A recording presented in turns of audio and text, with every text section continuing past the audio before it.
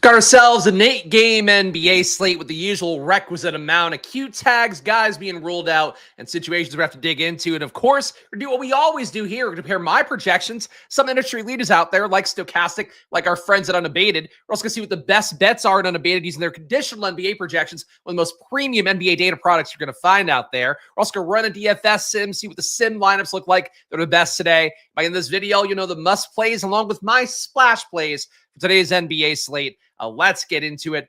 Jordan Hawkins did not do me any favors yesterday for what it's worth. That ankle injury and the fact that he got up 14 shots in about a quarter and a half of play, things boded well for Jordan Hawkins, but he killed at 100% or so. I think I'd like 90% Jordan Hawkins. Was not great. So I'd love to dust myself off, get back on track today. And starting with this Q tag tweet from our friends at Underdog, we got the questionable players, Steph Curry, Cade Cunningham, Jalen Williams, Chet Holmgren, PJ Washington, Tim Hardaway Jr., Stephon Castle, Duncan Robinson, Jordan Clarkson. A little surprised to see the actual Q tag on Jalen Williams. Assumed that he'd be more of a doubtful today. We'll see if they go. Obviously, some big ramifications for the Thunder if he does not go today.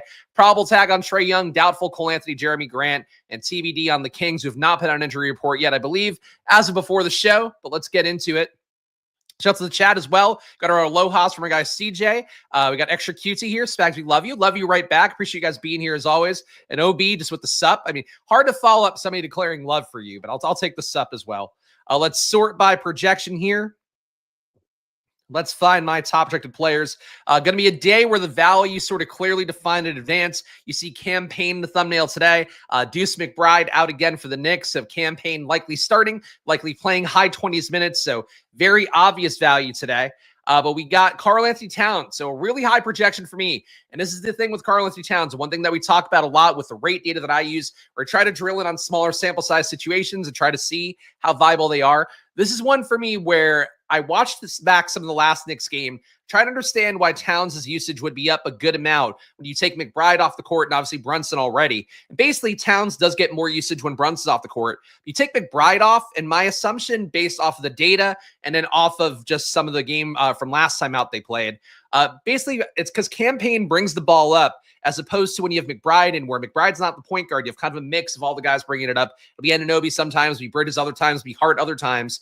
But basically what his Campaign out there is usually the one to bring the ball up. When he brings the ball up, he initiates action with Towns pretty much right away. As a result, Towns in court time without McBride and without Brunson has about a 36% usage rate. Rebounds flat, assist rate a little bit higher, but he's averaged almost 1.7 fantasy points per minute. So something weird with Towns. It's one of those things too where I'm giving the benefit of the situation, again, trying to figure out why the rates would be different when you take McBride off, because McBride's not a high usage guy. Last game, he had like 11% usage in the game for the Knicks. But because basically when you don't have McBride in there, you have a guy who becomes a true point guard, and that guy takes the ball off, and then that guy gets the ball to Towns more. I think there's a reason to play Towns today. So as a result, my projection's higher than Stokastic by about 5 points, getting even 56% of my top 150 lineups fields at 22. If you were to say things stabilize, it would probably mean that Josh Hart is due to have better days than he's had in court time previously without McBride, without Brunson on the court. Also, Anunoby has been gunning a little bit lately, so maybe those guys take some possessions away from Campaign. But the fact that that's like been the underlying rates, and then it happened 1-to-1 with that last game out, where every time Towns is out there, he's putting up 33% usage, 40% usage in some spots. He's just shooting the ball more than he normally does. So I think that's what we're getting from Towns today. I certainly would say it's a bit of a risk situation for sure, where you have kind of one rate being so skewed, or one sample size here of no Brunson, no McBride, leading to Towns looking so much better. It could be something that levels out, but as we always talk about here, I'm looking for those little bit of slivers of an edge, and I think this is a projection edge potentially for Towns today. SGA, about 52 fantasy points here. I believe Stokastic did not have Jalen Williams in the projection set, so that's going to be something that's going to... Actually, you know what? They do have him in. Never mind. So this projection should be what it is. I would say SGA kind of priced for life without Jalen Williams here. To some extent with 11.2 salary. He is under a 5x value for me. Only 3% expected to be played today. It's Stokastic's ownership projections. I'm getting 4. If you get Jalen Williams out, SGA's usage comes up. Things start to look a little bit better for him. But as it is right now, he is a decent play. I would prefer Towns, who I projected better straight up. But SGA, never really going to argue going with him, especially in a spot for OKC where only a 10-point favorite for them, which sounds stupid to say, but like 10-point favorite on the road, not their usual 20-point spread. We're expecting them to maybe lose some minutes in the fourth quarter. On the road at Sacramento, who's a decent team. Maybe you see SGA hit the ceiling here a little bit here more. So at 3% owned, no issue with it. Cade Cunningham, 6% for the field, 4% for me, another lower-owned guy here. Cade missed last game out for Detroit. You saw a lot more minutes going around to some of the various players like Malik Beasley. Asar Thompson still didn't get many more minutes. Schroeder got a lot more, I believe, played mid-30s minutes last game or just shy of that. But at this point for Detroit, getting Cade back in, 122.3 implied points for them. We just saw, San Antonio against, I would say, a similar player, Quentin Grimes. I don't know if that's disrespectful to Cade or to Quentin Grimes at this point, but a similar usage player, kind of having a good run of things, getting a lot of shots up, getting the opportunities. No issue with Cade here. It's easier for me to get sounds based on my projection. But do you think Cade and SGA, with these guys being both under 10% owned, you're seeing ownership going to Towns already, seeing ownership going to Banchero. If you want to get less owned, you play SGA, you play Cade, and it's a pretty obvious way to do it. YouTube auto played some great value bald head Spags. What? I don't know what great value bald head Spags. I don't know what that would be. Big Spags looking great, brother. Hope family as well. Much love. Yes, we actually built a bed for my kid today. He's now out of crib life. So we built a Montessori bed for him. It's got like little bookshelves in it and close to the ground. So hoping he doesn't spaz out like a bitch when he sees his crib disassembled on the curb. But yes, so I appreciate that. Yes, family things doing well, and real proud of the little guy whenever he makes these little strides. Paolo Banchero, so court time without Suggs and without Cole Anthony and Mo Wagner for what that's worth as well. Paolo Banchero basically becomes the same player as Franz Wagner. These guys, usage-wise, come pretty close together. Again, court time without Suggs, without Cole Anthony. We're talking about 34.8% usage for Banchero, 34.6% for Wagner, 26.3% assist rate for Banchero, 26.7% assist rate for Wagner. This is what I talked about the entire year, and yesterday really did pay off with Wagner being a guy I favored in my projections a little bit. Tell you guys basically every slate that Banchero and Wagner, if you treat them like the same player, it's going to make a lot more sense for how your lineups look. For Banchero at 9,800, I don't think he's actually the better play today. Franz gains more rate-wise from not having Cole Anthony in the mix. And also, Franz is about $1,000 cheaper. So, or I guess actually on the button, $1,000 cheaper. So 12% Banchero for me, Fields at 22%. Franz, I'm getting at 30%, Fields at 12%. So I think this is one of the things, again, to differentiate yourself. Franz did go off yesterday, so maybe you could say Banchero due to come back today. I think these guys, though, trying to flatten out your ownership is always moved between these two, especially when you see a kind of chalky Banchero and a not so chalky Franz Wagner. Free Luca. Yes, he's free to roam now. He was free anyway because he could climb out of the crib. He's been doing that for like a year at this point. But yes, Montessori life. He's fully free and free range, I guess you could say. Alperen Şengün, 11% for the field, 11% for me. No big stand here. You have Amin Thompson back in the mix, Van Vliet back in the lineup as well. So you're not getting any sort of rate boost for him, but he's priced at 9K. Good situation for Şengün.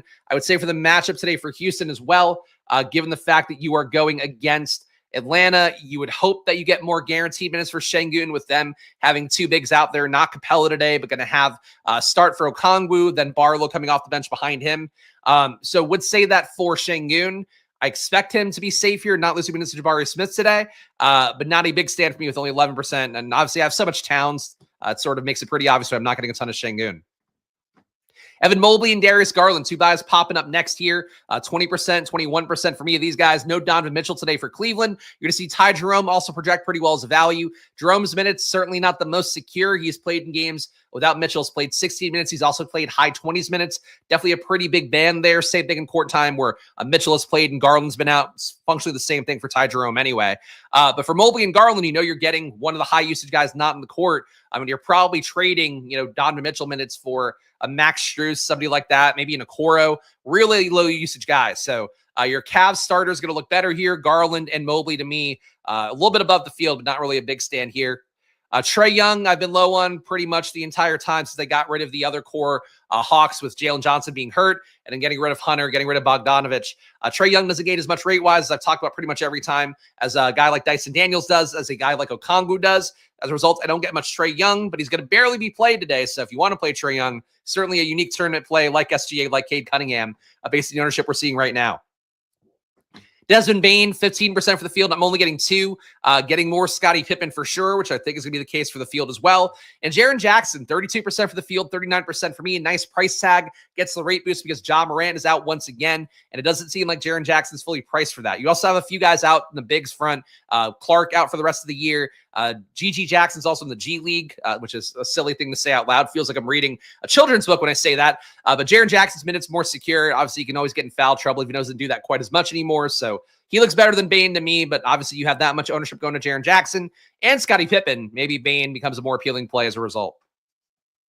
Going to sort by value here, then we'll go game by game. And guys, if you get value out of this content, no pun intended, please do subscribe down below, hit the like button, leave a comment. Of course, this time of the NBA season, we're kind of stalling out, and YouTube's algorithm doesn't help it out either. So please, your support goes a long way. Hit the like button, subscribe, and of course, check out our partners as well. We got Unabated 20% off, link down below for all their data, and it runs throughout the playoffs as well. Their premium conditional projections. You can make bets off of that and win a lot of money. You have 55 grand if you tailed their data. 30 minutes for a tip-off every day. And Stokastic as well. They have some MLB deals going. If you want to take any of them, just click the link in the description. That MLB cycle promo code doesn't conflict with my affiliate thing. So you can go over there, get their MLB data for like a week for $1 is what it is.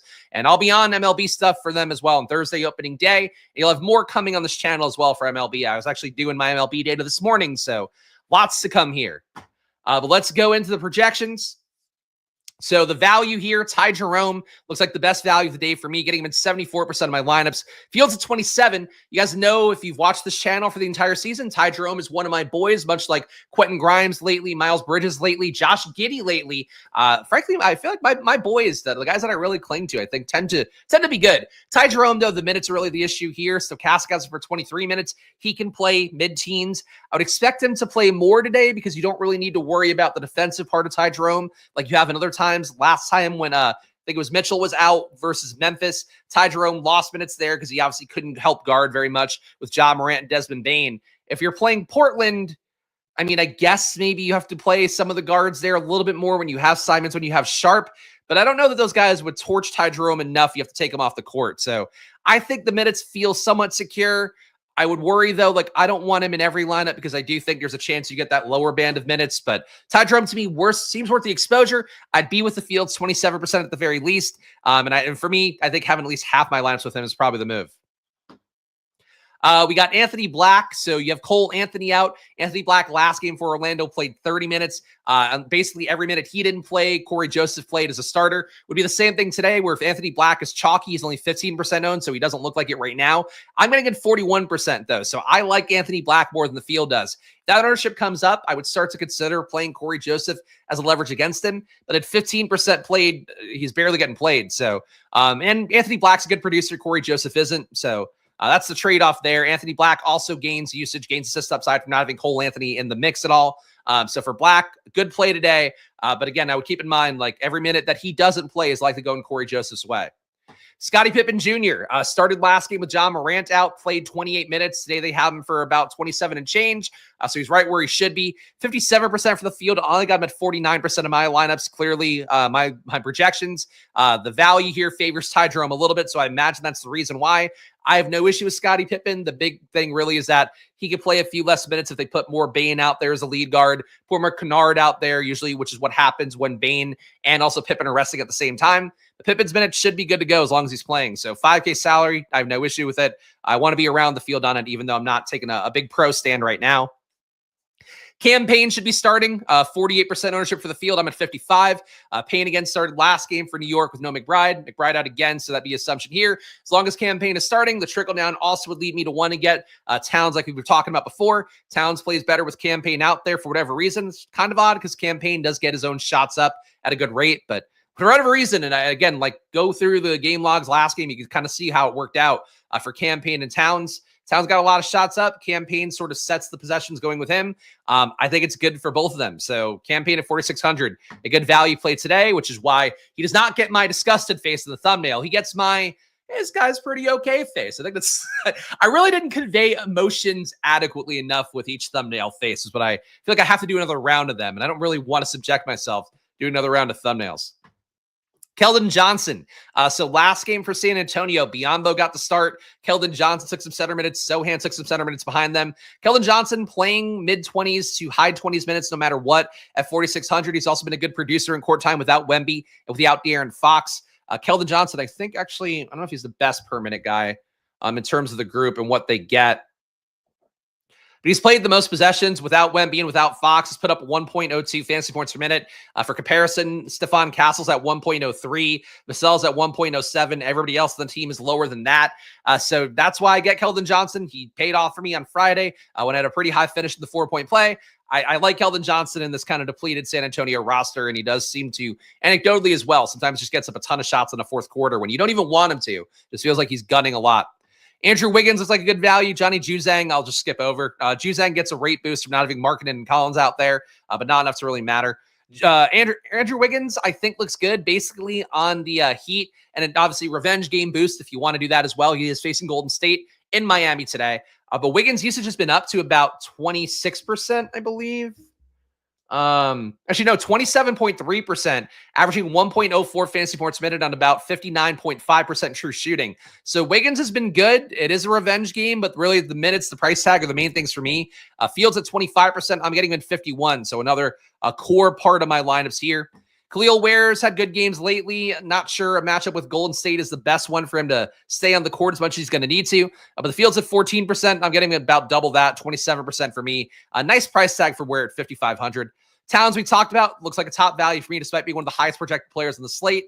Kessler gets a rate boost with no Markkanen, no Collins out. Basically becomes a true center. Rebounds more, gets some more usage. And Jared Allen gets a boost as well with no Donovan Mitchell. Again, a lot of usage in that starting group to go around when you replace a Mitchell with whatever else they're going to put in there. And that is the value metrics here. We are going to go game by game. I need a Grady Dick campaign. So I don't think you want Dick Payne. I feel like Black Dick funny. You can all have a good laugh with Anthony Black. Dick Payne just seems like that would be, you're asking for trouble with that one. All right, let's go game by game here. You kind of have the idea already. It's not the biggest slate. And I mean, it is, the larger than usual slate, I guess, with 8 games on DraftKings.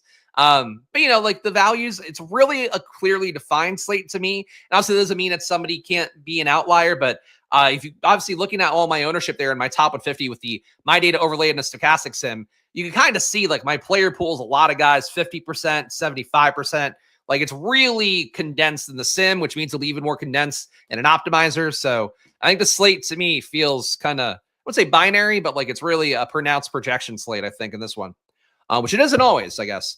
San Antonio, 111.3 implied points. Detroit, 122.3. So, again, San Antonio right now playing pretty loose. The game versus Philadelphia, I think, would be a good example of that.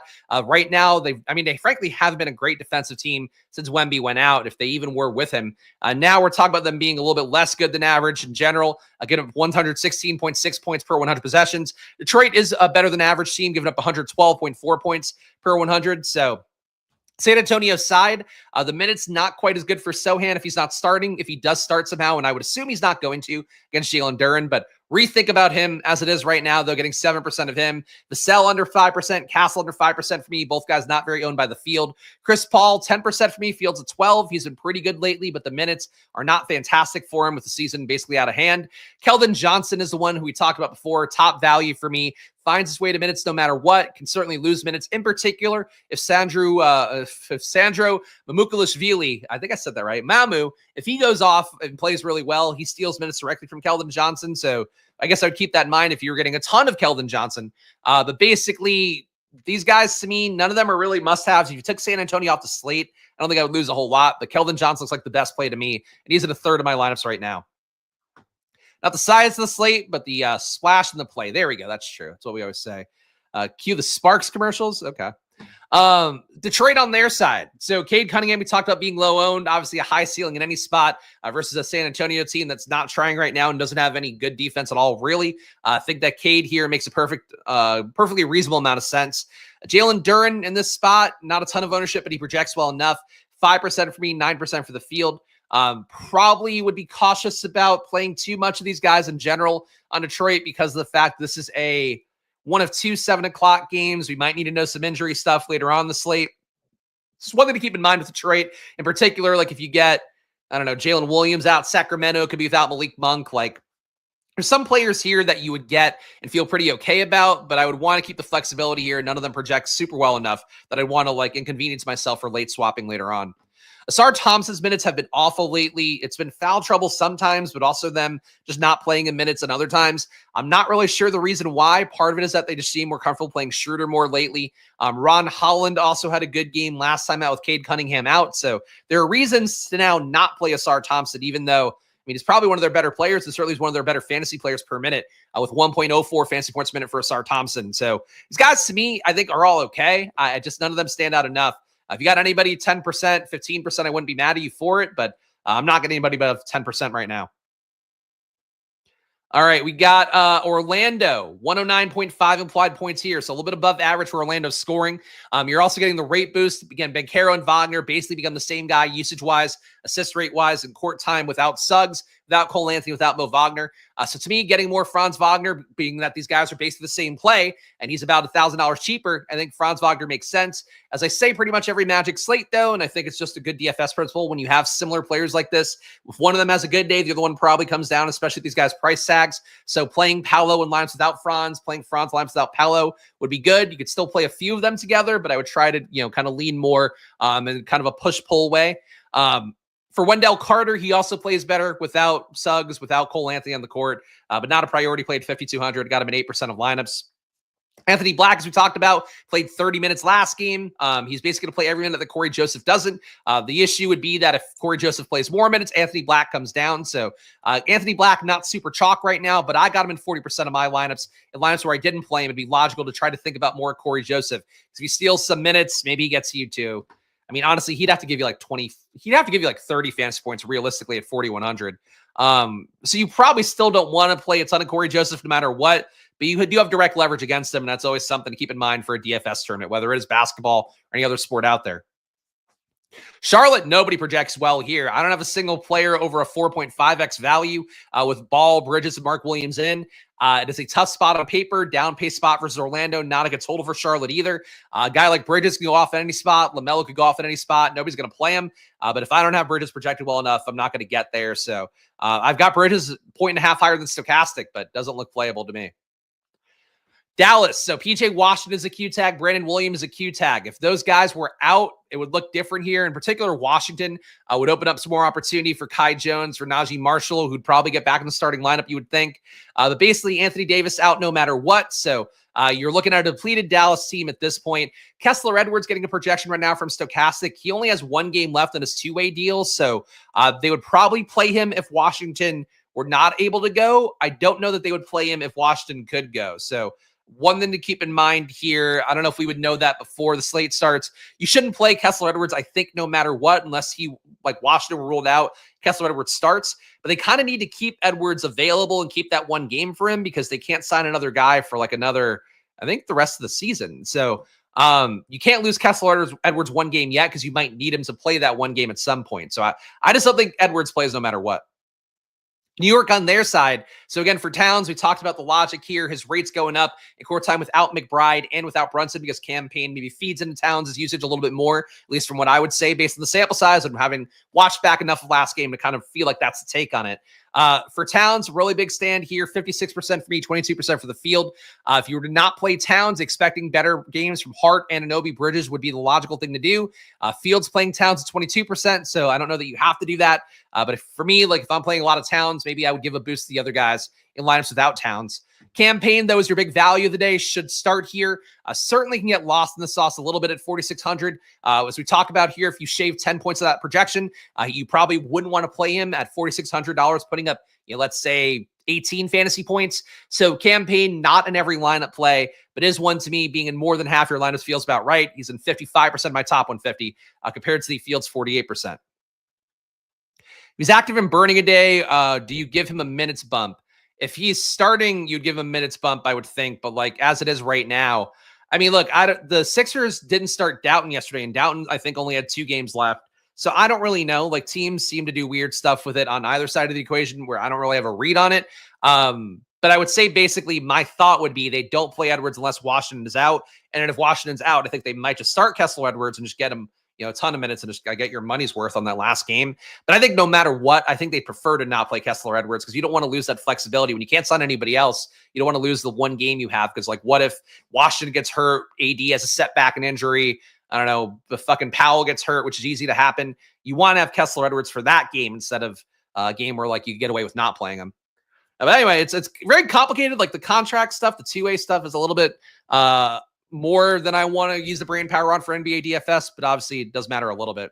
But the same principle is really the main thing there. If a guy starts, bump him up. If a guy doesn't start, maybe consider not playing him. DeAndre Jordan being an example yesterday where we talked about both on Deeper Dive and on here. Jordan, if he started, wheels up, play him a lot. He ended up playing over 31 minutes in that game after playing 38 the night before. If he doesn't start, you assume he might not play. Same thing for Kessler Edwards. Golden State, 111.3 implied points. I got nobody here. I gave these guys a rate boost that they've had basically since Butler's been on the team. Court time without Andrew Wiggins. Court time without shooters, the way that I isolated that. But nobody comes up here. Certainly Golden State versus Miami. For some reason, Golden State doing some like side player quests out there, going to high schools, and Steph Curry is hanging out with the random Miami basketball team. I don't know what the fuck's going on. They're doing stuff in Miami that's not partying, so I guess that's a positive. But really not a great projection, not a great team total. So something could hit here because, like, this game could be competitive, and Miami does find ways to lose every game while hanging in for the most part, but the projections aren't there. Miami on their side, a lot of Wiggins for me. Feels weird to be chasing him on a day where it's like, oh, revenge game, but 25% for the field, 51% for me. He's been putting up good usage overall since joining the Heat, basically right there with Hero, right there with Adebayo in terms of how much these guys are getting up shots. So I like Wiggins a good amount. I don't know if 51% feels like a lot because Hero and Adebayo having an outlier day would obviously pull from Wiggins if he were to not succeed, not hit that mark you need to get in his projection. Khalil Ware playing well. Do you think there's a little bit of a minutes risk for him in this particular matchup? But honestly, well, no, because Bam, you'd still play over him in most situations. Ware can hang with guards, so, like, I'm not worried about him as a player, but, like, how these games go, wouldn't shock me if you saw more Haywood Highsmith in this one. Jaquez could still be a competent enough defender. Burks, you could always dust off and put out there more. I would worry Ware loses minutes in this game, so, like, I wouldn't go crazy on him, even though I am 2x the field myself right now. Taking a few shots on Jimmy Butler tonight. Yeah, I mean, look, Butler certainly talking about the stuff to the media a little bit. Maybe he comes out gunning a little bit more. But I feel like Jimmy Butler, he's just, like, too cool for the room with that stuff. And if you get Curry out, I would absolutely play Butler and take those shots. With Curry in, I just don't feel great about the price tag for him. Atlanta, really nothing popping up for me with their 113.5 point implied total. Tough defensive matchup, losing about 4.5 possessions as well in terms of pace because Houston plays at a 98.4 pace. Atlanta's at about a 103. So really nothing here standing out. Dyson Daniels priced up for how good he's been in court time without the Hawks that are no longer on the team. Karis LeVert not playing well enough at this point, not cheap enough either. Same thing for Niang. Reza Shea's been good lately, but I really don't chase that very much. He's still not actually good in terms of the season-long sample size. These guys are low-owned, though, and I would guess so Kongu probably plays a good amount of minutes, so Trey, I feel like, would have the toughest time defensively, like going against these guys. If he's getting Amin Thompson on him, even Van Vliet chasing him around is going to make it inconvenient for him. Don't love the matchup for Trey, but it doesn't really matter. Houston, 121.5 implied points here, so not a bad total for Houston. Şengün getting 11% ownership for me in my top 150. Sorry, I'm scrolling around a little bit here, trying to line it up with just a clicker, and it's not working. With the field on Şengün, low on Van Vliet. Van Vliet is just a guy I never play, but it's 6,200. I get why people would get there. You have Amin Thompson in, though. You have Jalen Green in. You have Şengün in. To me, not really the spot to play Van Vliet, but he could be okay. Again, it's not a bad total, so I don't mind you taking shots at anybody here. But Thompson's projection looks really bad to me, 4.3x value, accounting for the matchup. I'm surprised it's that low. Şengün feels about right to me. Van Vliet, 2 points lower than Stokastic. Just not really sure what's here besides a nice total. Like, the projections actually don't look that good. Let's see. Memphis, 125.3 implied points here. A lot of ownership going to Jaren Jackson, Scottie Pippen. I'm getting these guys, in half my lineups for Pippen, 40% of my lineups for Jaren Jackson. Santi Aldama popping into 20%. Vince Williams as well, picking up a little bit of ownership here, 25% for the field. I'm getting at 14. You have no John Morant. It's a good team total. Utah's not a good defense, but it's good enough to hang in games. So really no issue with any Memphis players. Bane, I wish I were getting more of, but my projection and the rates without Morant definitely seem to favor the other guys here who are not Desmond Bane. But at that price tag, Bane could put up, again, at 10 points on. If he puts up 51.5 fantasy points for you at 8,900, he probably got close to winning the slate, at least maybe being a part of a tournament winning lineup. So no issue with Bain's 15% ownership, even though I'm not getting there. Utah on their side, Kessler getting the boost with no Marketing, no Collins, looks pretty good. Nobody else here stands out that much. Johnny Juzang as a value looks okay, but he's not really going to do enough for me. He's the kind of guy I'd be happy to take out of most lineups if I had to choose between playing him or not. Basically, Utah doesn't look that good, but Kessler does get a pretty big rate increase. I do have him about 5 fantasy points higher, 4.5, higher than Stokastic in terms of projections. Umpiring to stop by to say hi. Okay, appreciate Chunk here. Hope the umpiring goes well. It is baseball season. We got Cleveland, 118.3 implied points. Portland, 111.8. Cleveland with no Donovan Mitchell. Everybody looks playable. About 20% for me with Mobley, Garland, and Jared Allen. The lowest on Allen here. Ty Jerome, it's a lot of ownership for Ty Jerome. I do think he gets his minutes here against Portland, but let's say Shaedon Sharpe and Simons are going off and they kill Ty Jerome. Ty Jerome will play less minutes in that spot. It's previously been the way that he's gotten less minutes when you've had one of the lead guards out. So Jerome, I think, has more risk than this ownership for me shows right now, but the projection looks great to me. He gains in rates from not having Mitchell out there. So I think Jerome's a good play, just like the minutes downside. If he plays 16 minutes, maybe he still gets there. Like, he could still give you probably 25 points, but like, you want him to get to high 20s minutes because that's when he has a shot at giving you like 40 fantasy points in a game. But Cleveland, very much in play. Take a guy like Mitchell out, that's DFS 101. You should be wanting to get some of these guys here with their price tags not caught up for Mitchell being out. Portland, Denny Avdia has been going nuts lately, rebounding at a good clip, averaging 1.07 fantasy points a minute. I'm for 1.2 today. That said, getting a little bit less in the field, 25% ownership. No issue with Avdia, though. He's playing well. He's always, I think I've said this earlier in the year, always plays well without Jeremy Grant. He's been getting that boost for a while now, and he keeps putting up outlier days. Price tag is up for him at 7,700, but I think he's still an okay click. Nobody else coming up a lot for me here. Would think that if you're not playing Avdia, considering these guys more would be a logical move. But for the most part for Portland, it is kind of an Avdia forward team in terms of the ownership and the projections. So at a certain point, Shaedon Sharpe could go off, Simons go off, Kamara, I guess to a lesser extent, could go off. Avdia's the obvious play, though. I really can't make a case for Sharpe and Simons with what their rates are with Grant and Ayton off the court. Christian here. Glad to see you here from Stokastic. Yes, I appreciate all you guys who follow live. Of course, if you are joining the channel for the first time, make sure to hit that subscribe button, hit the like button. All those engagements go a long way. It'll help you see my videos in the future and also show people like you them. But I do appreciate the love here from you guys. Follow me over. And look, I think the Stokastic Deeper Dive shows, I think they come to an end soon. I'm not really sure what the scheduling is, but when they do, I'll still be here throughout the playoffs. So make sure you are subscribed and join on board here. I appreciate it. And thank you. That's really nice to hear, Christian. I appreciate it. Honestly, like the Deeper Dive, the YouTube chat, and all those guys, and a lot of you guys on Twitter, it's been very kind. It's been like my kindest, I think, Stokastic stint. So I appreciate the kind words from Christian here and all you guys who do follow me over to this channel. Of course, the work continues on here for NBA and MLB coming up too. Oklahoma City. So Jalen Williams in the projection set right now. I would love to see him out here to get more SGA. As it is with Jalen Williams in, the price tags aren't all the way there. Getting 4% SGA, 6% Hartenstein, no big stands here. You know, I do have Hartenstein projected pretty well today. For Sacramento, not a lot to love here. If Monk were out, Levine, DeRozan look better. Keon Ellis, not really a value at this point, but at 5,400, maybe a play. Really need to know the injuries here. We don't know them yet. But that's the slate game by game here right now. So let's go into this 1%. I wear shorts pretty much every day on stream, unless it's really cold in the basement, but usually I'm wearing basketball shorts. But you saw my feet on stream a couple of weeks ago, so I don't know. But let's go into the unabated portion of things, guys. Of course, let's learn about Unabated's conditional NBA projections and get some of our best bets on Underdog, PrizePicks, of course, in your two DFS or your two main sports books out there, DraftKings Sportsbook and FanDuel Sportsbook. And watch this video. We got expert NBA projections. Justin Fan of the crew doing good work at Unabated every day. Of course, making data that top-tier bettors, people spending a lot of money on betting, use every day with a lot of success. Dynamic projections. You know what that means? They create two different projection sets based upon the key questionable players in the slate. So if you want to know how to view things for DFS, if you also just want to know what the best bets are, assuming a guy is in or a guy is out, find out with Unabated. Of course, the news you get on there as well. You don't have to go on Twitter anymore. You just use the Unabated news alerts, and of course the graphs, what everybody comes for.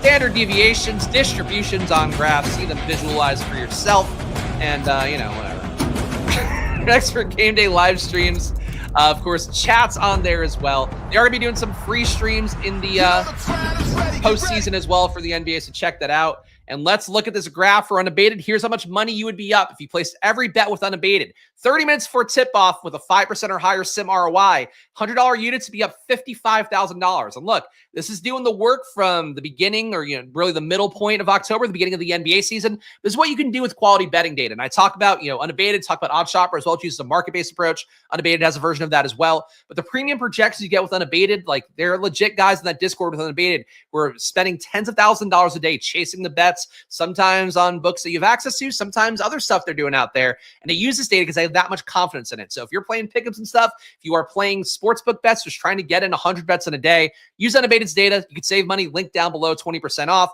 and you get the entire data for $500 for the rest of the year. But I'd probably go monthly at this point personally. But yeah, whatever, follow your heart. I don't know. But I would say really, like, you want to make an investment in yourself and the time and whatever, and have something where you actually have a good shot at a return. DFS is a lot of fun. I have the most fun out of a lot of things I do playing DFS on a daily basis. Betting will get you more money on a regular basis if you use good data, and that's just the way it goes. But let's see what Unabated has for us in points bets today. We'll get in here. Can we see the shorts? Not today. Super chat if you want that. Let's go. Yeah, I mean, look, I'm not showing my feet again. If you get feet once on a stream, I don't need to make a weekly occurrence here. Unless there's a market for it and I can sell against that, then sure. So we got to take what we can get here. All right. Your best points bets right now on the pick'em sites and the main sports books. Of course, lots more sports books on Unabated too. You want to check it out. But Tajan Salan, lower on 4.5 points, looking good on Underdog. Boy, how would you play an Underdog, guys? That's a big question. I know what you could do. You'd use the promo code SPLASH and Underdog, get a $1,000 deposit bonus match on there. You can place this pick'em right now. Take the sweet EV on Tajan Salan over 4.5 points. The lower for under 4.5 points on Tajan Salan, let's say 23% EV for Tajan Salan. Jay Huff, DraftKings Sportsbook looks the best for him. Under 6.5 points at minus 105 odds on DraftKings. Gets you 11.1% EV. Of course, you could also bet on Underdog too. So adds that Underdog Pick'em card that you just got from signing up for Please with Love God. Use promo code SPLASH. 5.1% EV for Jay Huff on Underdog and 11.1% EV for DraftKings Sportsbook. Jay Huff under 6.5 points. Jalen Wells looking good on Underdog as well. 9.3% EV for under 10.5 points for Jalen Wells today. The lower on Underdog. You probably don't want it on PrizePicks and DraftKings, but you could play it on FanDuel for Jalen Wells on there. 8.5% EV for Wells under 10.5 points. Franz Wagner over 24.5 points, looking best on DraftKings Sportsbook. Plus 100 odds on DraftKings Sportsbook get you 8.7% EV for Franz Wagner over 24.5 points. Playable on FanDuel as well for Franz Wagner's over on points today. Andrew Wiggins over 20.5 points, revenge game. Get your revenge on FanDuel right now. 8.3% EV for over 20.5 points on there. Minus 125 odds. Over 21.5 also looks good on DraftKings. Over 21 on PrizePicks, 7% EV on there. So Wiggins, points bets over everywhere besides Underdog where it's no longer available. Matisse Thybulle, we got him coming up here under 4.5 points. Good to go on PrizePicks. 8.1% EV on there. Not available anywhere else. They're too scared to take your Thybulle action, so get it on PrizePicks under 4.5 points. And Campaign over 13 points, or 13.5, looking best on FanDuel at plus 100 odds, 7.8% EV. Playable on PrizePicks as well, where it's 7.1% EV for Campaign over 13 points. Glad to see overs, given that we're all probably going to have way too much Campaign tonight. Going to be campaigning for Campaign. Show leg. Is $5 enough? Here, you can see. There you go. You got a calf. That's $5 worth of calf for you. Robert Griffin III doesn't need it. He just likes to have power over me. I think that's his kink. His Sam Rockwell monologue in White Lotus. I was watching streams and then I wondered, can I make the streamer do something for me? And then I became the streamer and did it myself. There you go. That's exactly the reaction it deserves. We got Jay Huff here under 2.5 rebounds. The lower on Underdog looks really good again. 22.1% EV. Oh my God, another great deal on Underdog? Whoa. What? Use promo code SPLASH again? Oh, man, I'm not even clicking the button. It's just doing it automatically. But Jay Huff, lower on 2.5 rebounds, 22.1% EV. He'll play some more minutes today because of Brandon Clark not being available, but not enough to matter, I guess. Vince Williams looking good here for the PrizePicks line, 21.3% EV. Actually, PrizePicks and Underdog. I'm not going to flash the thing again. I'll spare it. 21.3% EV on your pick'em sites for Vince Williams, under 4.5 rebounds. Looking good on DraftKings as well, under 4.5 rebounds on there. Gets you 18.1% EV at minus 125 odds. KJ Simpson, 19.2% EV. We got under 2.5 rebounds for him. Looking good on Underdog, the lower there for 2.5. So KJ Simpson today, I mean, he's not going to play a ton. So that's an easy under to take. The lower here for KJ Simpson on 2.5 rebounds on Underdog. Once again, Underdog pick'ems today, very generous. Max Strus, 18.3% EV on FanDuel for over 4.5 rebounds for him, plus 122 odds. Minutes should be there for him with Donovan Mitchell out for sure. Playable on DraftKings as well, playable on PrizePicks, where it's 17.8% EV, not an Underdog. So no grand slams yet, but Max Strus on PrizePicks, DraftKings, and FanDuel looking good for over 4.5 rebounds. Karl-Anthony Towns under 11.5 rebounds. Hate to see it under for Towns. 17.2% EV for under 11.5 rebounds at plus 108 odds on FanDuel Sportsbook. Playable as well on DraftKings, where it's under 11.5 for plus 100. You probably don't want on your pick'em sites for Towns unders on rebounds today, but Towns under 11.5 on DraftKings and FanDuel looking good. Anthony Simons, 15.9% EV for under 2.5 rebounds, plus 105 odds on DraftKings Sportsbook looks the best. Still equally good on FanDuel as well. 15.3% EV for the under on rebounds for Simons there as well. So Anthony Simons under 2.5 rebounds, take that anywhere you can get it, which is not going to be your pick'em sites, but it will be on DraftKings and FanDuel. And Jalen Wells under 3.5 rebounds, best on PrizePicks, playable on DraftKings and FanDuel too. Pretty good EVs today for these. So Jalen Wells under 3.5 rebounds everywhere besides Underdog. Assists coming up next. Underdog just too classy to give you that Jalen Wells line. That's why, too. So I'll promote it if you have too much EV, and if we don't get the EV, man, Underdog, you're going to play at a classy site that won't try to rip you off on Jalen Wells. Go to Underdog. Use that promo code SPLASH. We've only got to convert another 499 signups for the year, guys, and we're good. Once I hit that 500, though, we're all clear. I'll never promote again for the year. Vince Williams, 31.4% EV for him. The lower on Underdog, once again, I won't flash it. It's so tempting to flash it every single time in hopes that somebody out there takes the leap. 31.4% EV for Vince Williams under 2.5 assists, the lower on Underdog. Playable as well on DraftKings, under 2.5 assists on there at minus 130. Great EVs for Vince Williams, unders on assists today. Zachary Rizashe under 2.5 assists. Look, wow. Minus 215 on FanDuel. That is so much juice. But under 2.5 assists, still 25.2% EV for Zachary Rizashe under 2.5 assists. And granted, Unabated has a projected for 1.3 assists, and he does not pass the ball very much. If he's getting the ball, he's shooting it usually poorly. Franz Wagner under 4.5 assists, or actually over 4.5 assists, excuse me, looking good on PrizePicks, on DraftKings, and on FanDuel. It is the best on PrizePicks, 20.8% EV for Franz Wagner, over 4.5 assists, but playable on DraftKings at minus 140, playable on FanDuel as well at minus 158. So Franz Wagner, overs on assists, looking good today. Jalen Wells under 1.5 assists, best on DraftKings Sportsbook, playable on PrizePicks, but take the 19% EV on DraftKings Sportsbook for Jalen Wells under 1.5 assists at plus 100 if you can get it. Max Strus over 3.5 assists, plus 135 on DraftKings looks the best. That gets you 18.1% EV. Still playable on FanDuel, but not on your pick'em sites for Max Strus over 3.5 assists. OG Anunoby under 2.5 assists, looking good on DraftKings, minus 105 odds. It's a 17.8% EV. And our first Grand Slam, Anunoby under 2.5 everywhere, though FanDuel just killed the line. Fucking FanDuel. It still counts. That was a Grand Slam. Anunoby under on assists everywhere. Karis LeVert over 2.5 assists, good on PrizePicks, 17.6% EV. Good on DraftKings and FanDuel as well, but not available on Underdog. So Karis LeVert over 2.5 assists, looking best on PrizePicks, but still very good on DraftKings and FanDuel. And last but not least, PRAs, we will do our DFS sim. I will call it a day. I don't think I have to pick up the kid today because I think Alex is going to do it. Let me check my text to see if that's the case. All right, whatever. Yeah, she hasn't told me about it yet, so I assume I can just hang out, have a little smoke after this because I have to do the deeper dive today. Dare to dream. All right. I built a child's bed today. I deserve it, I think. Built a child's bed and spent 3 hours on Fangraphs getting my MLB data right. It's been a hell of a day here. Jimmy and his hatred for the Heat going for 70 fantasy points or real life points. Which one? Either way would be a lot. All right, so we got KJ Simpson looking like your best PRAs bet. The lower for KJ Simpson, 40.3% EV for KJ Simpson. Why, you'd be a fool to not use promo code SPLASH on Underdog for $1,000 of bonus cash right now. Link in the description, promo code SPLASH on Underdog. 40.3% EV for the lower on KJ Simpson, 12.5 PRAs. Vince Williams under 15.5 PRAs, good on PrizePicks, good on DraftKings, but it is best on PrizePicks. For Vince Williams under 15.5 PRAs. Jalen Williams also under 15.5 PRAs. Weird to have them both being on the same team with the same PRAs line. But Jalen Wells under 15.5 PRAs. Good on both your pick'em sites, Underdog and PrizePicks. Good on DraftKings as well. We're getting 10.2% EV. So Jalen Wells unders on PRAs looking good. Max Strus over 17.5 PRAs. Good on the sportsbooks, DraftKings, and FanDuel.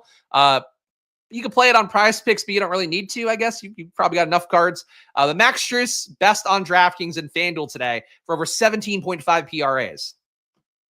Donovan Clingan, the lower on Underdog, looking good, under 18.5 PRAs for Clingan today. It's a 12.9% EV, 8.7% EV on PrizePicks, 8.5% on DraftKings, where it's under 17.5 PRAs, but Clingan good everywhere besides FanDuel for his under on PRAs.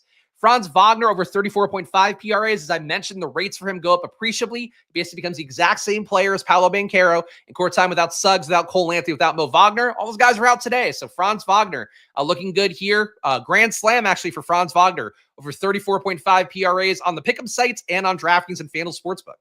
And last but not least, revenge game for Andrew Wiggins. You can take the over here, over 28.5 PRAs for Andrew Wiggins. Minus 105 odds on DraftKings look the best. Still good on FanDuel as well, and playable on PrizePicks with 5.8% EV for Andrew Wiggins, over 28.5 PRAs everywhere besides Underdog. And imagine all the bets you get for yourself. You got so many here with just me showing you one screen. What about all the teams you can get for yourself at Unabated? 20% off, link down below. Check it out. You'll be getting in good bets. It's not bullshit. It's not something you're going to lose money and walk into a buzzsaw. You're going to do well here, especially if you place bets for a month using their data, place throughout the playoffs as well, where things, and I'm sure the data on their end gets even tighter. They do a great job. It's been a great product, and they've been a great partner. So if you want to get in good results for betting, really Unabated is one of the best products you can get that for yourself with. So do check it out. Let's go to Stokastic next. Let's see what their DFS sim has for us. Going to build our 5,000 lineups and have them compete 10,000 times. And guys, join the Discord as well. I got things to plug. Join the Discord, link down in the description. Of course, if you just join the Splash Play family tier, get access to the entire Discord. If you want my projections, they're available on the Squirt Squad VIP tier and the Squirt Squad tier. You go check that out. You want to see the data I show you on screen every day. There's going to be a version of it for MLB too, so I think the deal is getting better as we go. Join down below. The $4.99 tier gets you access to the Discord. If you want my data, it's the other tiers on there, so do check it out for yourself. And I don't need to plug it anymore. Subscribe. I guess do that too. Please subscribe, hit the like button, leave a comment. It all goes a long way for me here. Spags, thanks for the content, brother. Come to NorCal, roll us a fatty. Love that kind of offer. Thank you for that. Appreciate you watching. Appreciate all you guys watching around the country. It's always cool to see.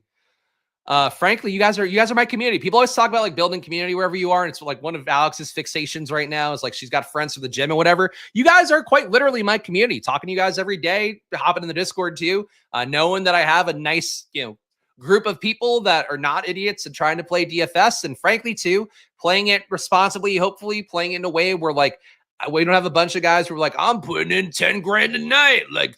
I just there's DFS, a lot of chest puffing shit.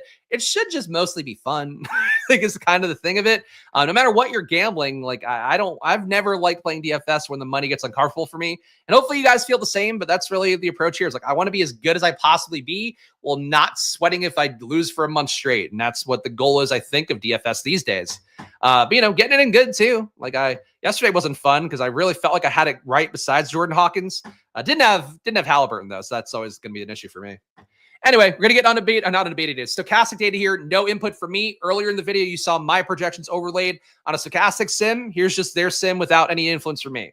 So their top lineup right now is Scottie Pippen Jr., Cam Payne, Keldon Johnson, Jeremy Sohan, Khalil Ware, Darius Garland, Evan Mobley, Bam Adebayo. So honestly, shocked to see Bam and Khalil Ware together. I don't love the way those two play together. In terms of just like a ceiling DFS lineup. I guess maybe they could both hit in the same spot. Rest of the lineup makes sense to me. Sohan, I don't feel great about because I do think it's going to be a Biyombo spot start. And I do think that's where Sohan, the minute ceiling is not quite as high. Well, the rest of the lineup works for me well enough. Chris Paul minutes aren't great, but Chris Paul, campaign, Keldon Johnson, who I like a lot. Wiggins, who I like a lot. Şengün, I do like. Scottie Pippen, Jaren Jackson Jr., Darius Garland is that team. So some similar stuff here. You're basically getting at least 1 or 2 Cavs in every lineup. Not a surprise there. You're not getting Ty Jerome yet, so hopefully we'll get some of him here. Campaign at number 3, Desmond Bane, Franz Wagner, Santi Aldama, Jalen Duren, Scottie Pippen Jr. again, Vince Williams Jr. again, Khalil Ware again. So very similar lineups here. Nothing too crazy so far. Number 4, Scottie Pippen Jr., campaign, Vince Williams Jr. again. I guess the Vince Williams Jr. is a little bit heavy for me. Tobias Harris, Wendell Carter Jr., who's okay. Darius Garland, Jaren Jackson, Karl Anthony Towns. That's what I would like to see more of. And at number 5, we got Fred VanVleet, campaign, Vince Williams Jr. yet again, Paolo Banchero, Khalil Ware, Scottie Pippen, Santi Aldama again, Şengün again. So more Şengün than Towns, a lot of Vince Williams, a lot of Scottie Pippen, a lot of Darius Garland, some Evan Mobley, a lot of Khalil Ware. Stokastic, pretty tight player pool, at least from those top lineups at least. We got Khalil Ware, your top ROI player. And again, don't worry about the fact it's a negative number. We're looking at the directional accuracy of the sim overall. Khalil Ware, negative 2% ROI. Chris Paul, number 2 with a negative 5%. Darius Garland, negative 5.2%. Alperen Şengün, rounded up negative 6%. Same thing for Keldon Johnson right behind him. Vince Williams Jr., negative 6.2%. And campaign, a negative 6.6% ROI. So Ware, Paul, Garland, Şengün, Keldon Johnson, Vince Williams Jr., and campaign be the top ROI players in that order. You do baseball too. All my knowledge of basketball, always people say baseball is easier. I frankly have had, just to be totally candid, I've had the least success in my career with baseball. It's also been the one that I've played the least volume on because I had won an NBA before I even started with Stokastic. That's part of what got me interested in like working with guys like Tom and Alex over there and Eddie Lai, who's one of the co-founders as well. Baseball is the one where I feel like I should be better at because I've always been good at doing content for it, and people have won a lot of money off my back when I was doing Stokastic streams on the regular. So like, I should be better at it. The hard part is like the stacking and all of that. Like it's gonna be my first year really going aggressively on a day-by-day basis. So like, we're gonna see. But frankly, like I've been winning in PGA when I play. Like I feel like the Sims plus just having done this for enough years, I feel good about hopping into anything. But baseball, like I feel like my content edge was always pretty high. So I think it should be better for me as a player. But I've won more money in both NBA and NFL. So we'll see. It'll be a journey, though, no matter what, because there's going to be a lot of fucking slates. We got campaign, your number 1 exposure player. So 81% for the field, or for Stokastic right now, 49% for the field. So Stokastic basically pushing you to get not quite double the amount of campaign compared to the field. We got Scottie Pippen Jr., flat with the field, 55% for the Stokastic top 150 lineups. Scottie Pippen, 56% projected ownership. So no big stands here. He's in more than half the lineups. Vince Williams Jr., pretty big stand here, 2x the field, 51%, fields at 26. So Vince Williams Jr., Stokastic wants him in more than half of the top 150 lineups. Khalil Ware, 42% compared to 15, so almost a 3x stand on Khalil Ware as well. Again, a very concentrated player pool is what Stokastic is giving you as well. Khalil Ware, 42% exposure. Darius Garland, 38% compared to 18, so more than 2x the field there. Jaren Jackson, 38% compared to 30, so definitely not 2x the field, but a pro stand on Jaren Jackson and almost half the top 150 lineups. And Keldon Johnson, 34% compared to 20, so a big stand in favor of him as well.